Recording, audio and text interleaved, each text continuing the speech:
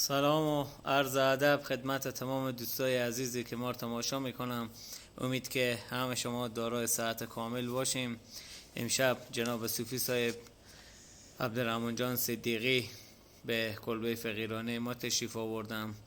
باز یک شعر سرودم برای مردم فلسطین و برای حمایت از مردم فلسطین برای ما و شما اجرا میکنم. امید که بشنویم به لذت ببریم.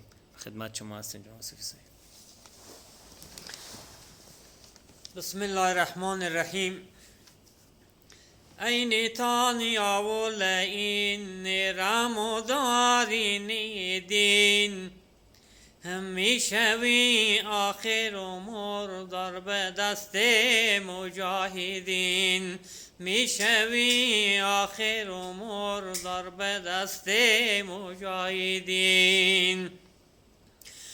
کابینه مردار تو با فم و با گفتار تو، کابینه مردار تو با فم و با گفتار تو، میروی آخر به دوزخ ای شیطان لعین. میروی آخر به دوزخ ای شیطان لعین. عین تانیا و لعین نیرم و دارین دین. میشوی آخر امور در به دست مجاهدین. میشوی آخر امور در به دست مجاهدین. ای ظالم چقدر تو ظلم بسیار کرده ایم. ای ظالم چقدر تو ظلم بسیار کرده ایم. بر سر مردم مظلومان خاک فلسطین. بر سر مردم مظلومان خاک فلسطین. ای خدا یارین ما تو بر مجاهدین حق. ای خدا یارین ما تو بر مجاهدین حق. تا شوند پیروز روز بر سر آن ملحدین. تا شوند پیروز روز بر سر آن ملحدین. عین تانیا و لعین نیرم و دارین دین.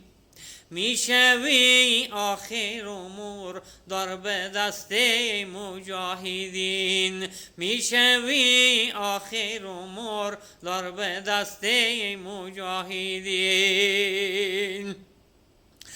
مسجد الاقصی هست قبله اول امام. مسجد الاقصی هست قبله اول امام. ای خدا آزاد و گردان تو به حق شاهدین. ای خدا آزاد گردان تو به حق شاهدین. عین تانیا و لعین نیرم و دارین دین. میشوی آخر امور در به دست مجاهدین. میشوی آخر امور در به دست مجاهدین. یمنی ها مرحبا بر قدرت و بازوی تو. یمنی ها مرحبا بر قدرت و بازوی تو. کی زدی پهپاد را بر گنبد آهنین. کی زدی پهپاد را بر گنبد آهنین. عین تانیا و لعین نیرم و دارین دین. میشوی آخر امور در به دست مجاهدین. میشوی آخر امور در به دست مجاهدین. ای مجاهدین لبنان خدا پشت و پناهد. ای مجاهدین لبنان خدا پشت و پناهد. میزنی موشک بسیار به خاک کفر لعین. میزنی موشک بسیار به خاک کفر لعین. ای نتانیاهو لعین نرموداری دین. میشوی آخر امور در به دست مجاهدین. میشوی آخر امور در به دست مجاهدین. میگوید هر دم فقیر و بینوا پرمعصیت. میگوید هر دم فقیر و بینوا پرمعصیت. ای خدا تو سرنگون کن گنبت آهنین. ای خدا تو سرنگون کن گنبت آهنین. ای نتانیاهو لعین نرموداری دین. میشوی آخر امور در به دست مجاهدین. میشوی آخر امور در به دست مجاهدین.